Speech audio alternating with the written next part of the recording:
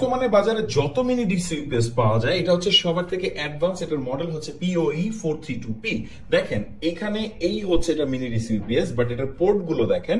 এখানে আপনারা সবার আগে পাচ্ছেন একটা ইনপুট পোর্ট যেটা হচ্ছে এসি, কারণ এখানে কোনো ধরনের অ্যাডাপ্টার প্রয়োজন হয় না, ডিরেক্ট কারেন্টে আপনি ইউজ করতে পারবেন। এখানে আউটপুট পাচ্ছেন 5, 9, 12, অর্থাৎ আপনার যে রাউটার আছে বা অন্য আছে আপনি ইউজ করতে পারবেন।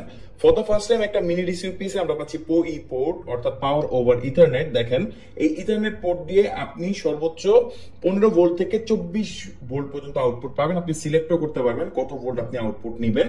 আর এখানে ব্যবহার করা হচ্ছে হানিকক ভেন্টিলেশন, অর্থাৎ এটা হট হওয়ার বা হিট হওয়ার কোনো চান্সই নাই।